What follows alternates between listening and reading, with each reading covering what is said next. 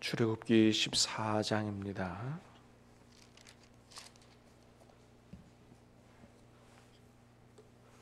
1절에서 14절 말씀까지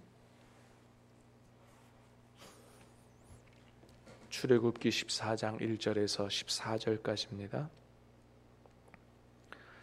여호와께서 모세에게 말씀하여 이르시되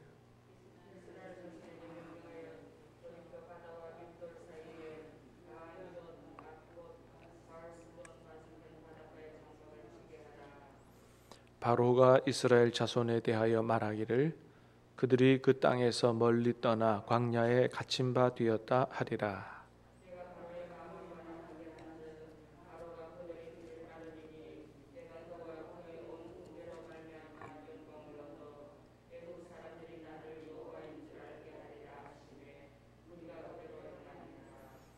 그 백성이 도망한 사실이 애굽 왕에게 알려지매 바로와 그의 신하들이 그 백성에 대하여 마음이 변하여 이르되 우리가 어찌 이같이 하여 이스라엘을 우리를 섬김에서 놓아 보내었는고 하고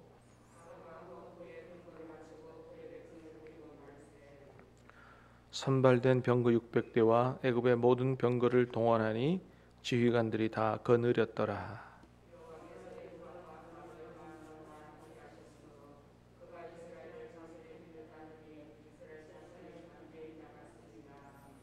애굽 사람들과 바로의 말들, 병거들과 그 마병과 그 군대가 그들의 뒤를 따라 바알스본 맞은편 비하이롯 곁 해변 그들이 장막 친 데에 미치니라.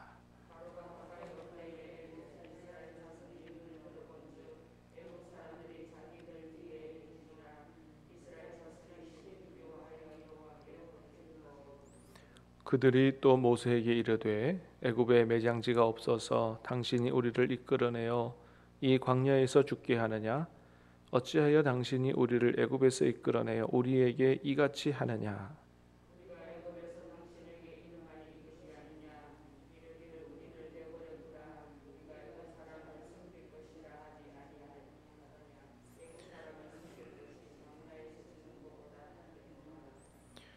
모세가 백성에게 이르되 너희는 두려워하지 말고 가만히 서서 여호와께서 오늘 너희를 위하여 행하시는 구원을 보라.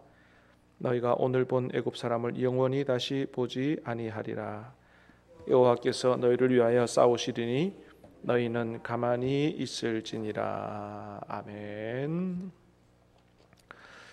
자, 오늘 말씀은 하나님께서 이스라엘을 홍해 앞으로 인도하시는 그런 내용이죠. 자, 1절에서 3절을 다시 봅니다. 시작. 여호와께서 모세에게 말씀하여 이르시되 이스라엘 자손에게 명령하여 돌이켜 바다와 믹돌 사이에 비하이롯 앞곳 바알스본 맞은편 바닷가에 장막을 치게 하라. 바로가 이스라엘 자손에 대하여 말하기를 그들이 그 땅에서 멀리 떠나 광야에 갇힌 바 되었다 하리라. 아멘. 예, 한마디로 말하면 이스라엘이 하나님의 인도를 따라갔는데 막다른 골목에 이르게 됐다는 것입니다. 2절에 보니까 하나님께서 이스라엘 자손에게 명령하여 돌이켜, 잘 가고 있는 이스라엘을 돌이켜서 홍해 바다 앞으로 인도하셨다. 그런데 거기는 꼼짝달싹 할 수 없는, 더 앞으로 나아갈 수 없는 그런 곳이란 말이죠. 광야에 갇힌 바 되었다 하리라. 뭐 앞에 홍해바다가 떡하니 버티고 있으니 뭐 어디로 가겠습니까?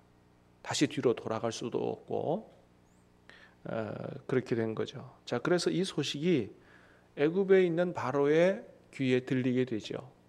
야, 이스라엘 백성들이 여기서 나가서 지금 홍해바다 앞에서 꼼짝없이 갇혀서 그 앞에서 꼼짝 못하고 있다라 하는 얘기가 들리자 바로가 이스라엘 백성 내보낸 걸 후회하고 다시 모든 군대를 동원해서 이스라엘 백성을 잡으려고 지금 쫓아오고 있는 것이죠.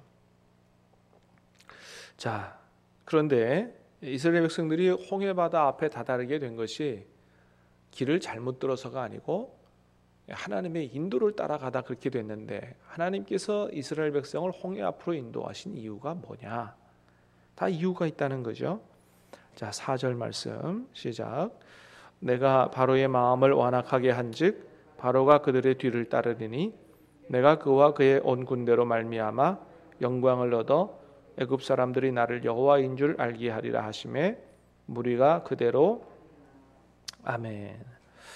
자, 하나님께서 이스라엘 백성을 애굽 홍해 바다 앞으로 인도하신 이유는 한마디로 말하면 하나님께서 나중에 홍해 바다를 갈라서 이스라엘 백성들은 마른 땅으로 건너게 하고 애굽 군대는 이 홍해에 완전히 수장시키기 위해서 그렇게 하나님께서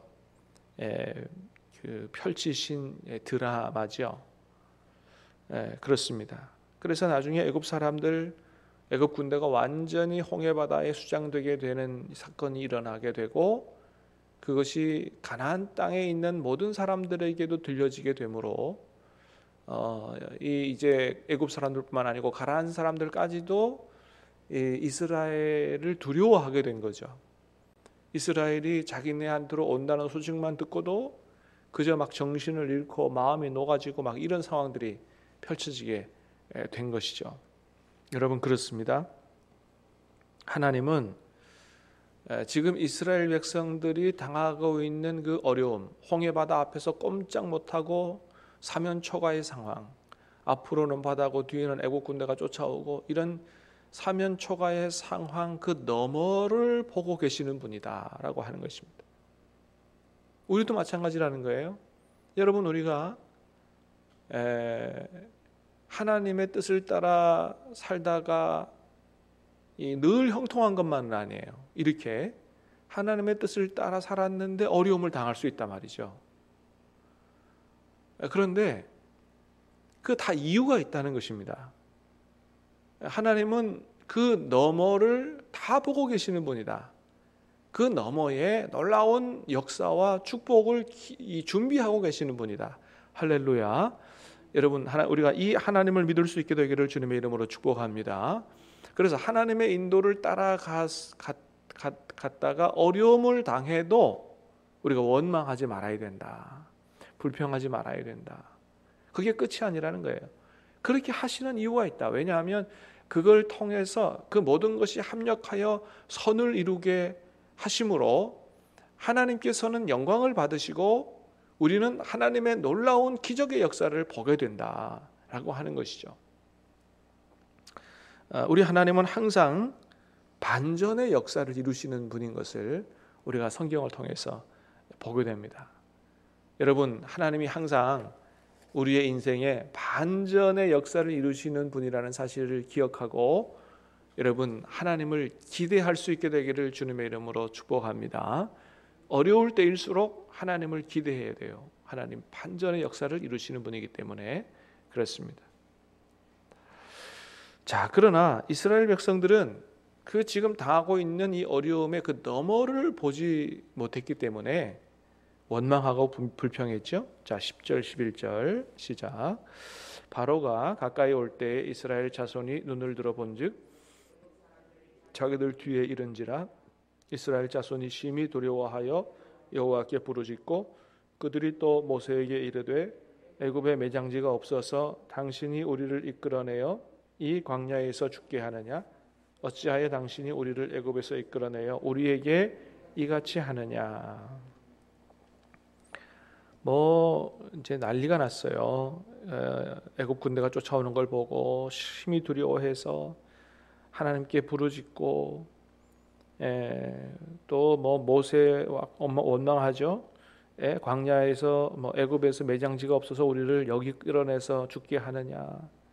우리가 애굽에 있을 때에 그냥 우리를 버려두라. 애굽 사람 섬기는 게 더 낫다.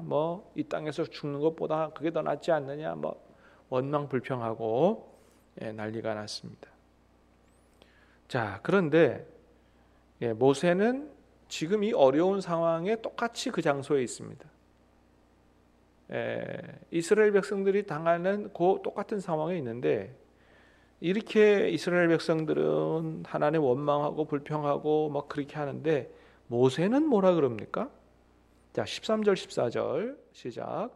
모세가 백성에게 이르되 너희는 두려워하지 말고 가만히 있어서 여호와께서 오늘 너희를 위하여 행하시는 구원을 보라.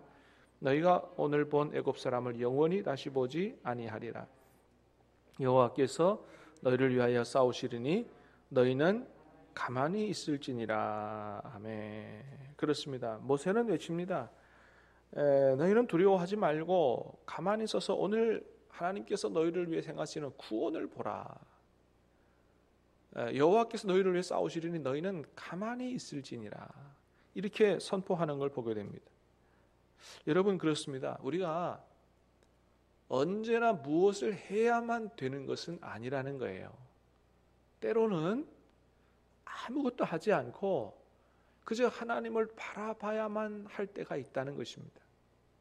특별히 어떨 때 하나님을 바라봐야 되느냐? 여러분, 우리가 인생을 살다 보면 정말 우리가 아무것도 할 수 없을 때가 있어요. 상황 자체가 내가 뭘 할 수 있는 상황이 아니야.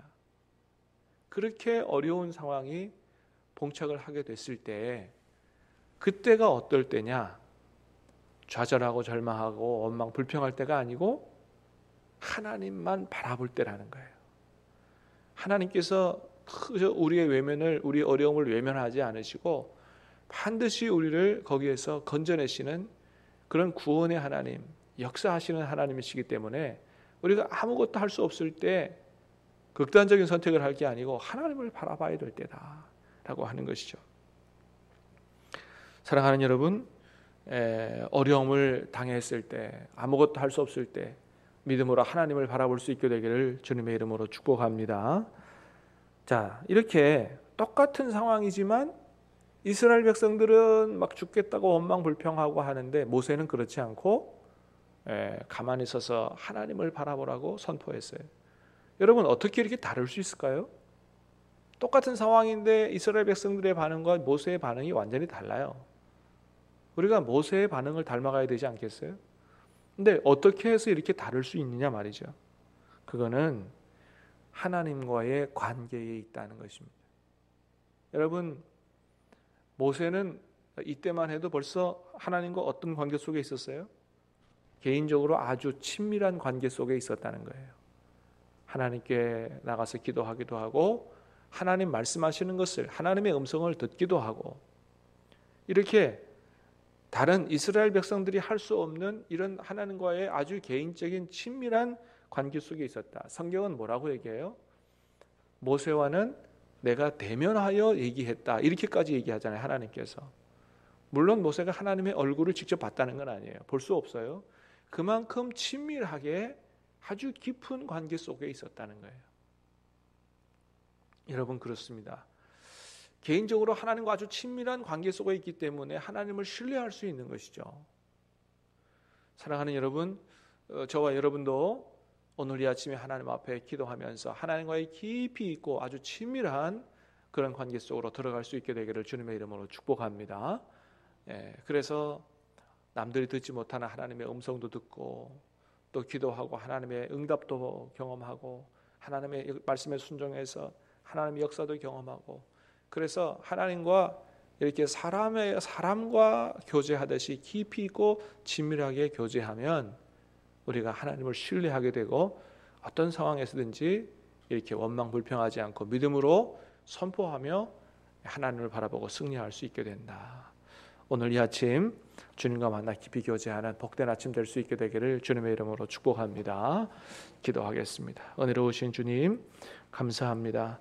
오늘 이 아침에도 우리에게 생명의 말씀을 주시고 하나님께서 이스라엘 백성들을 왜 홍해 앞으로 인도하셔서 사면 초가의 상황에 갇히게 하셨는가, 하나님 깨닫게 하시오니 감사합니다.